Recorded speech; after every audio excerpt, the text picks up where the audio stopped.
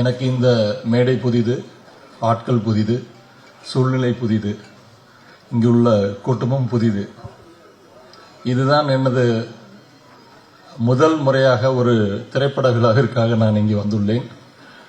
எனது இந்த நிகழ்ச்சியானது எனது ஆருயிர் நண்பனால் இங்கு வந்தேன். நண்பனால் இன்று மேடையேற்றப்பட்டேன். நண்பனால் இன்று மேடையில் உள்ள அனைத்து முக்கிய பிரமுகர்களிடையே நானும் ஒரு முக்கிய பிரமுகராக வைக்கப்பட்டுள்ளேன்.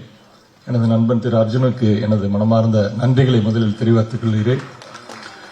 அர்ஜுன் டாக்டர் ஆனது ரொம்ப சாதாரணமான விஷயம் இல்லை. அவரோட ஸ்கூல்மேட்டாக நான் சொல்கிறேன். ரொம்ப கஷ்டப்படுவார். அவர் வீட்டிலேருந்து எங்கள் ஸ்கூலுக்கு வரதுக்கு 15 கிலோமீட்டர் வரணும். Daily 15 kilometre up, 15 kilometre down. Cycle கிடையாது. நான் தான் அவர் கூட கூட்டிகிட்டு போவேன். நான் இன்னைக்கு ஐபிஎஸ் ஆஃபீஸராக இருக்கேன். அவர் இன்னைக்கு டாக்டராக இருக்கிறாரு. ரொம்ப கஷ்டப்படுவார். அதே போல் சின்ன கிராமத்தில், சேத்தூர்ன்ற ஒரு சின்ன கிராமத்திலேருந்து வந்தவர். ரொம்ப எளிமையான வாழ்க்கை வாழ்ந்தவர். இன்னைக்கு தமிழ்நாட்டிலேயே அவங்க வீட்டில் ஒரு ஏசி கிடையாது, ஒரு ஃப்ரிட்ஜு கிடையாது. அப்படி உள்ள ஒரு வீடை கட்டிக்கிட்டு அவர் வாழ்ந்துட்டு இருக்கிறாரு. அதுக்கு மிக உறுதுணையாக நான் ஆச்சரியப்படுவது அவங்களுடைய ஃபேமிலி, அவங்க ஒய்ஃபு, அவங்க பையன், பொண்ணு. They are still supporting him. And அவர் இவ்வளவு தூரம் வளர்றதுக்கு அவங்க பெரிய காரணம் என்பதை எந்த விதமான சந்தேகமும் இல்லை.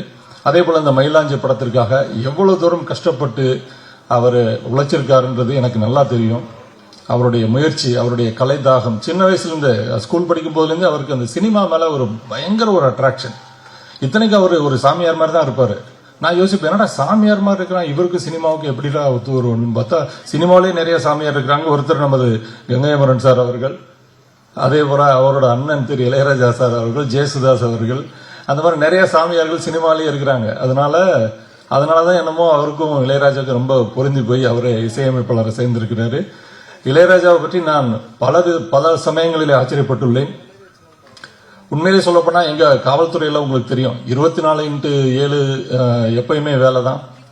போனை கூட நாங்கள் ஆஃப் பண்ண முடியாது, ஒரு லீவ் போக முடியாது, ஒரு ஃபாரின் டூர் போக முடியாது, குழந்தைங்களோட ஸ்பெண்ட் பண்ண முடியாது. நான் பல திரைப்படங்களை பாதிக்கு அப்புறம் பார்த்துருக்கேன், பல திரைப்படங்களை இன்டர்வலோட எந்திரிச்சு ஓடி இருக்கிறேன்.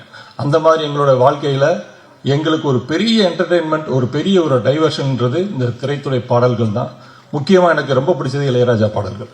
ஏன்னா அவரோட பாடல்கள் இல்லாம எனது சிறு வயதும் சரி, இப்போது உள்ள இதுவும் சரி, என்னோட லைஃப்ல வந்துட்டு மிகப்பெரிய ஒரு பந்தத்தை இளையராஜா அவர்கள் ஏற்படுத்தி உள்ளார்கள். அதே போல இங்கே வீட்டிற்கும் திரைத்துறை ஜாம்பவான்கள் திரு பேரரசு அவர்கள், திரு விஜய் அவர்கள், திரு ஆர்பி உதயகுமார் சார்லாம் நாங்கள் ஸ்கூல் படிக்கும் போதெல்லாம் அவருடைய படங்கள் தான் எங்களுக்கு வந்துட்டு ஒரு காதல் படங்கள்னால அவர் மாதிரிலாம் எடுக்க முடியாது. உயிரை உனக்காக ஒரு படம் எடுத்திருந்தாரு, ரொம்ப அருமையாக எடுத்திருப்பாரு. அதெல்லாம் எனக்கு அது சின்ன கவுண்டர் படம் எல்லாம். அந்த முத்துமணி மாலை சாங்லாம் நான் 1000 தடவை கேட்டிருப்பேன். அதே போல இப்போ உள்ள ஜெனரேஷன்ஸ்க்கு நம்ம விஜய் அவர்கள், திரு மிஷ்கின் அவர்கள்லாம் அவர் எப்படி போலீஸ் மாதிரியே யோசிக்கிறாரு அப்படிலாம் நான் யோசிச்சிருந்து. எனக்கு ஒரு அதிகாரம் இருந்ததுன்னா மிஷ்கின் சாரை சிபிசிஐடியில் ஒரு தலைவராக நான் வந்துட்டு காவல்துறையில் ஏற்படுத்த அந்த அளவுக்கு ஒரு திங்கிங் இருக்கும். அதே மாதிரி திரு சீமான் அவர்கள் பார்க்கும் போதெல்லாம் எனக்கு ஒரு ஆச்சரியம் வரும்.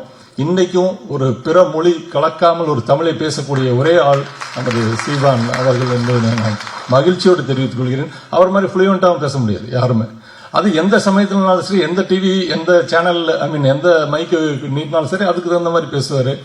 உண்மையிலே தமிழை ஒரு நேசிக்கக்கூடிய ஒரு உணர்வோடு ஒரு கொண்டிருக்கக்கூடிய ஒருவரால் இந்த மாதிரி பேச முடியும் என்பதை நான் பல சமயத்தில் ஆச்சரியப்பட்டுள்ளேன். அதே மாதிரி எங்ககிட்டே ஒரு ஆள் இருக்கார், திரு அர்ஜுன் அவர்கள். தமிழோடு வாழ்கிறவர் அவர். ஏன்னா தமிழ்ல வந்துட்டு அவர் அவ்வளவு தூரம் ஒரு முக்கியத்துவம் கொடுத்து வாழ்ந்திருக்கிறாரு. இன்னைக்கு இந்த மயிலாஞ்சி படத்தை பார்த்திருக்கிறோம். இந்த மயிலாஞ்சி படத்தை பார்க்கும்போது எனக்கு ஒரு பானை சோற்றுக்கு ஒரு சோறு பதம் என்று சொல்வார்கள். இந்த பாடல்களையும் இந்த கதை அமைப்பையும் இந்த பாடலை படமாக்கி விதத்தையும் பார்க்கும்போது மிக அருமையாக வந்துள்ளது. இந்த படம் மிகப்பெரிய ஒரு வெற்றி படமாக அமைய வேண்டும் என்பதனை இந்த நேரத்தில் பதிவு செய்து கொண்டு, இங்கே உள்ள அனைவரும் பாராட்டிய ஒரு நபர், நான் மிகவும் இந்த மேடைக்கு வந்ததுக்கு அப்புறம் ஆச்சரியப்பட்ட நபர் இந்த படத்தின் டைரக்டர் திரு அஜய் பாலா அவர்கள். ஏன்னா ஒரு மனிதனுக்கு வந்துட்டு எப்போ ஒரு பிரேக் த்ரூ வரும் அப்படின்றது தெரியாது. அவருக்கு இப்போ ஒரு நல்ல ஒரு பிரேக் த்ரூ வந்திருக்குது. அவர் இந்த படத்தின் மூலமாக மிகச்சிறந்த அளவிலே தமிழக மக்கள் மத்தியிலே இடம்பெற வேண்டும் என்பதை இந்த நேரத்தில் தெரிவித்துக் கொள்கிறேன். அதே மாதிரி சிங்கம்புலி அவர் வந்துட்டு நண்பர் அர்ஜுனனால் எனக்கு வந்துட்டு கிடைத்த நட்பு. அவரும் எங்க கூட ஸ்கூல்ல மட்டும்தான் படிக்கல, மற்றபடி அவரும் நானும் ரொம்ப க்ளோஸு. அதனால அவர் வந்துட்டு பல திரைப்படங்களிலே நல்ல ஒரு ரோல்ல எடுத்து நல்லா பண்ணியிருக்காரு.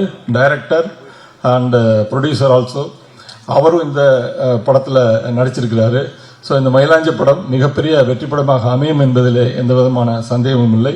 அதே போல இங்கே வீட்டிற்கும் அனைத்து பெரிய உள்ளங்களும் இந்த திரைப்படத்தை வாழ்த்தும் போது கண்டிப்பாக இந்த படம் மிகப்பெரிய வெற்றி அமையும் என்பதிலே எந்த விதமான சந்தேகமும் இல்லை. இங்கு வந்துள்ள பத்திரிகை நண்பர்களும் மற்ற இங்கு வந்திருக்கிற அனைத்து முக்கிய விருந்தினர்களும் இந்த படத்தினை மிக சிறப்பான ஒரு தரமான படமாக மக்களிடையே கொண்டு செல்ல வேண்டும் என்று கேட்டுக்கொண்டு, இந்த ஒரு நல்ல விழாவிலே எனக்கும் ஒரு வாய்ப்பினை அளித்து, எனக்கும் ஒரு நல்ல ஒரு பேச வாய்ப்பளித்த அனைத்து நல்ல உள்ளங்களுக்கும் மீண்டும் ஒருமுறை நன்றி கூறி விடைபெறுகிறேன். நன்றி, வணக்கம்.